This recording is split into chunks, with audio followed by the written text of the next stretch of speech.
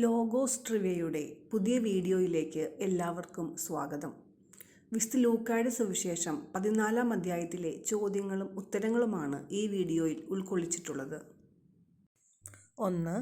ഫരിസേയ പ്രമാണികളിൽ ഒരുവൻ്റെ വീട്ടിൽ യേശു ഭക്ഷണത്തിന് പോയതെന്ന്. ഉത്തരം: ഒരു സാബത്തിൽ. 2.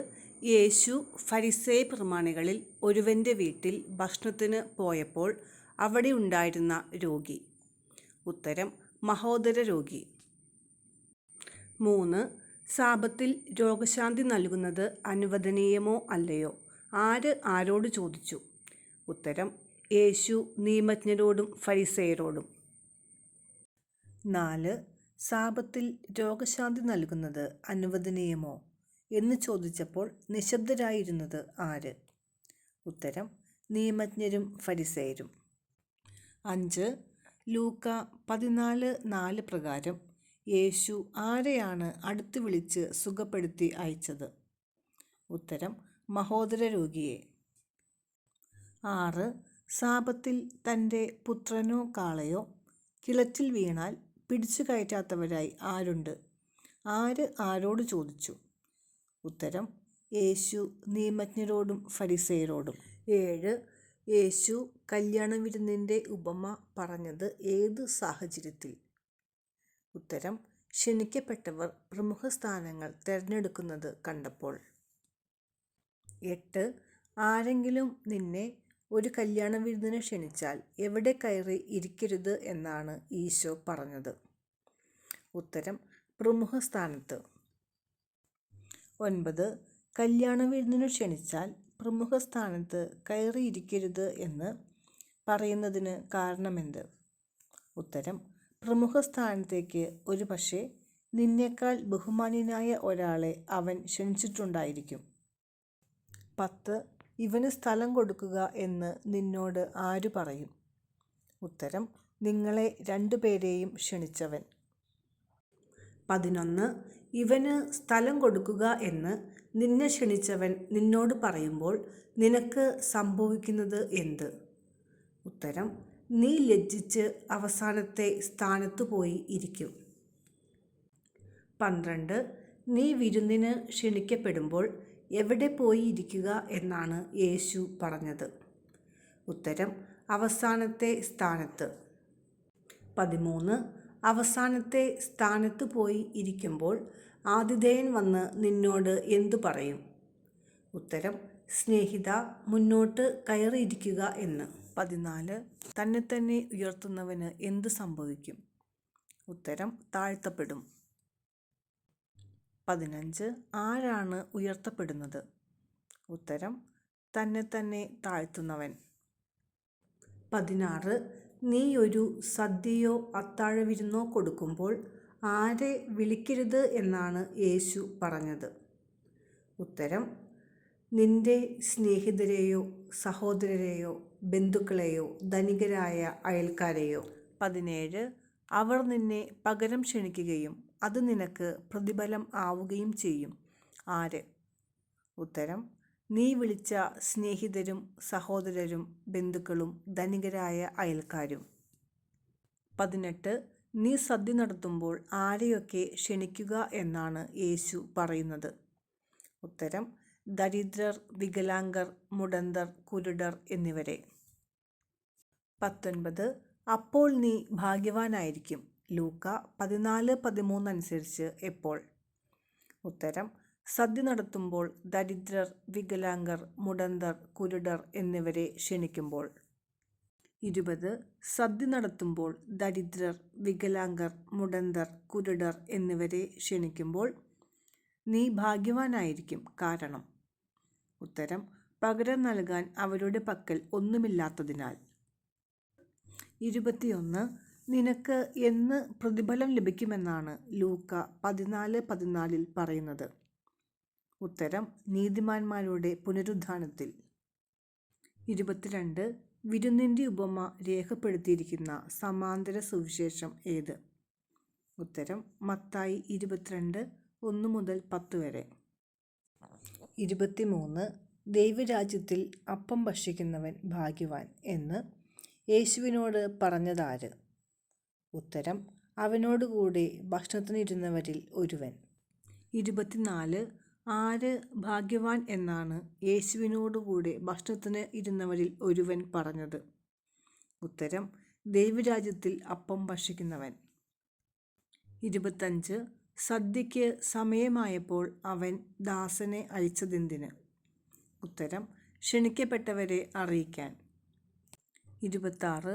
വരുവിൻ, എല്ലാം തയ്യാറായിരിക്കുന്നു എന്ന് ആര് ആരോട് പറഞ്ഞു? ഉത്തരം: സദ്യ ഒരുക്കിയവൻ്റെ ദാസൻ ക്ഷണിക്കപ്പെട്ടവനോട്. 27. വരുവിൻ, എല്ലാം തയ്യാറായിരിക്കുന്നു എന്ന് ദാസൻ അറിയിച്ചപ്പോൾ ക്ഷണിക്കപ്പെട്ടവർ എന്തു ചെയ്തു? ഉത്തരം: എല്ലാവരും ഒന്നുപോലെ ഒഴിവുകഴിവ് പറയാൻ തുടങ്ങി. 28. സദ്യയ്ക്ക് സമയമായപ്പോൾ ദാസനെ അയച്ച് ക്ഷണിക്കപ്പെട്ടവരെ അറിയിച്ചപ്പോൾ ഒന്നാമൻ എന്തു മറുപടിയാണ് പറഞ്ഞത്? ഉത്തരം: ഞാൻ ഒരു വയൽ വാങ്ങി, അത് പോയി കാണേണ്ടിയിരിക്കുന്നു. 29. ക്ഷണിക്കപ്പെട്ട മറ്റൊരുവൻ ഒഴിവാക്കാൻ വേണ്ടി പറഞ്ഞ കാരണമെന്ത്? ഉത്തരം: ഞാൻ 5 ജോഡി കാളകളെ വാങ്ങി, അവയെ പരീക്ഷിച്ചു നോക്കാൻ പോകുന്നു. 30. താൻ വാങ്ങിയ 5 ജോഡി കാളകളെ എന്ത് ചെയ്യാൻ പോകുന്നു എന്നാണ് മറ്റൊരുവൻ പറഞ്ഞത്? ഉത്തരം: പരീക്ഷിച്ചു നോക്കുവാൻ. 31. മൂന്നാമതൊരുവൻ വരാൻ കഴിയാത്തതിന് പറഞ്ഞ കാരണമെന്ത്? ഉത്തരം: എൻ്റെ വിവാഹം കഴിഞ്ഞതേ ഉള്ളൂ, അതിനാൽ എനിക്ക് വരാൻ നിവൃത്തിയില്ല. 32. വിരുന്നിനു ക്ഷണിക്കപ്പെട്ട എത്ര പേരാണ് ഒഴികഴിവ് പറഞ്ഞത്? ഉത്തരം: 3 പേർ. 33. ക്ഷണിക്കപ്പെട്ടവർ ഒഴികഴിവ് പറഞ്ഞ വിവരം അറിഞ്ഞ് കോപിച്ചതാര്? ഉത്തരം: ഗൃഹനാഥൻ. 34. എവിടെ ചെന്ന് വിരുന്നിന് ആളെ കൂട്ടിക്കൊണ്ടുവരാനാണ് ഗൃഹനാഥൻ കോപിച്ച് പറഞ്ഞത്? ഉത്തരം: പട്ടണത്തിൻ്റെ തെരുവുകളിലും ഊടുവഴികളിലും ചെന്ന്. 35. ആരെയെല്ലാം കൂട്ടിക്കൊണ്ടുവരാനാണ് ഗൃഹനാഥൻ ദാസനോട് പറഞ്ഞത്? ഉത്തരം: പട്ടണത്തിൻ്റെ തെരുവുകളിലും ഊടുവഴികളിലും ചെന്ന് ദരിദ്രരെയും വികലാംഗരെയും കുരുടരെയും മുടന്തരെയും കൂട്ടിക്കൊണ്ടുവരിക. 36. നീ കൽപ്പിച്ചതുപോലെ ഞാൻ ചെയ്തു, ഇനിയും സ്ഥലമുണ്ട്.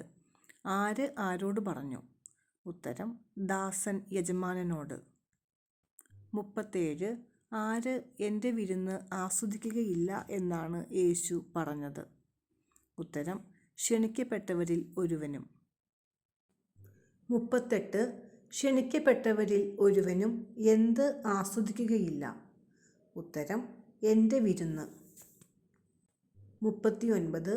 സ്വന്തം പിതാവിനെയും മാതാവിനെയും ഭാര്യയെയും മക്കളെയും സഹോദരന്മാരെയും സഹോദരിമാരെയും മാത്രമല്ല മറ്റെന്തുകൂടി വെറുക്കാതെ യേശുവിൻ്റെ ശിഷ്യനായിരിക്കുവാൻ സാധിക്കുകയില്ല. ഉത്തരം: സ്വജീവനെ തന്നെയും. 40. എത്ര കാര്യങ്ങൾ വെറുക്കാതെ എൻ്റെ അടുത്ത് വരുന്ന ആർക്കും തൻ്റെ ശിഷ്യനായിരിക്കുവാൻ സാധിക്കുകയില്ല എന്നാണ് പറയുന്നത്? ഉത്തരം: 7 കാര്യങ്ങൾ.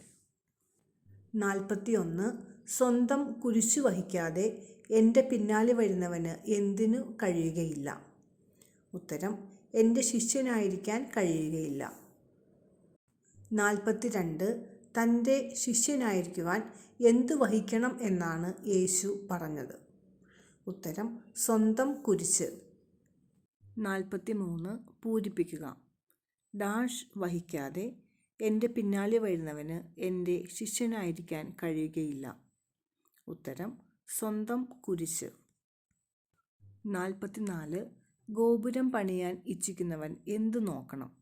ഉത്തരം: അത് പൂർത്തിയാക്കാൻ വേണ്ട വക തനിക്കുണ്ടോ എന്ന്. 45. ഗോപുരം പണിയാൻ അടിത്തറ കെട്ടിക്കഴിഞ്ഞ് പണി മുഴുവനാക്കാൻ കഴിയാതെ വരുമ്പോൾ ആരാണ് അവനെ ആക്ഷേപിക്കുന്നത്? ഉത്തരം: കാണുന്നവരെല്ലാം. 46. 10,000 കൊണ്ട് ആരെ നേരിടാൻ സാധിക്കുമോ എന്ന് ആലോചിക്കണം എന്നാണ് യേശു പറയുന്നത്? ഉത്തരം: 20,000 ഭടന്മാരോട് കൂടെ തനിക്കെതിരെ വരുന്നവനെ. 47 എന്തു ചെയ്യാതെ നിങ്ങളിൽ ആർക്കും എൻ്റെ ശിഷ്യനാവുക സാധ്യമല്ല എന്നാണ് യേശു പറഞ്ഞത്.